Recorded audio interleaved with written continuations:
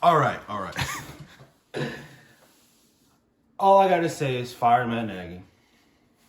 And the Bulls are on tonight. That's all I have to say. I mean, because, okay, so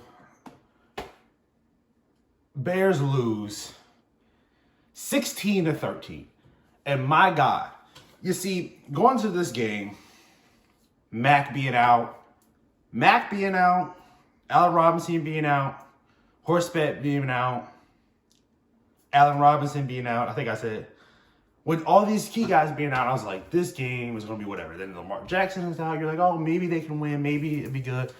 But I'm going to this game, I'm thinking, like, this is just going to be, they're still going to lose to a backup quarterback. And that's exactly what they did. So I went into this game. I was like, I'm going to watch Red Zone. Like, it wasn't until last season in that Texas game when they were on their, what were they on their that was after their 6-game losing streak that I was like, okay, it's Red Zone time. This game, I was like, it's Red Zone time, right? It's Red Zone time. So I was just watching Red Zone, and then I kind of go into subreddit, or I'll go on Twitter or whatever to see what's happening in the game, right? And it was like, the first quarter, it was 0-0. At halftime, what was it, like 3? It was like, what, 3-3 or something like that? Like, or 6? I don't even know what it was. But it was like, it was basically like even up, at halftime. And you're like, okay. And then Justin Fields is not having that good of a time. And then I see on Twitter, Andy Dalton's in. And I'm like, oh my God, no. Did they just bench Fields? Because if they bench Fields, it's about to get really bad. But then I found out he was hurt. He had some rib injuries. I saw that he ran across. And then he had Montgomery open there, potentially get a first down. He tried to run it, and then he got hurt. Andy Dalton comes in, and it's like, what is this? His third play, he throws a screen to Mooney for a touchdown. And it's like, everybody's like, yes, Andy Dalton. Justin Fields is a bust. He sucks. Which you saw a lot on the Reddit. I mean, he didn't have a good game, but just 2 weeks ago, we were talking about he's a franchise guy after he came back. So, come on, make up your minds.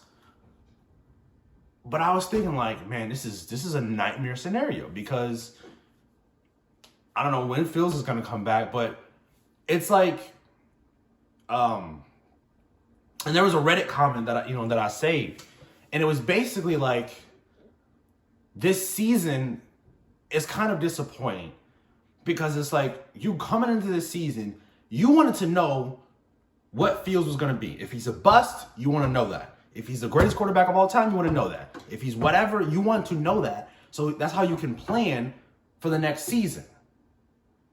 Right?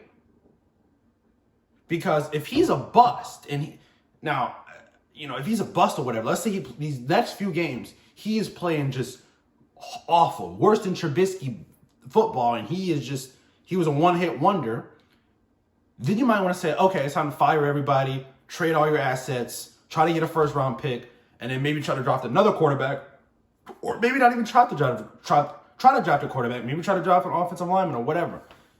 And if he's great, then you want to go for different pieces, right? And, but the comment was basically saying the quarterback position is still a question mark. Defense is getting old. The coaching situation is a question mark, even though I think they should be fired. But that's a question mark. Offensive line was not looking great. You just don't have any clear direction. You don't know where to go. And you don't have a first-round pick on top of that. You don't have a first-round pick on top of that.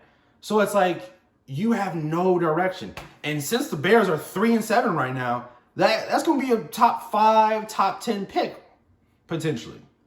That's what that's going to be.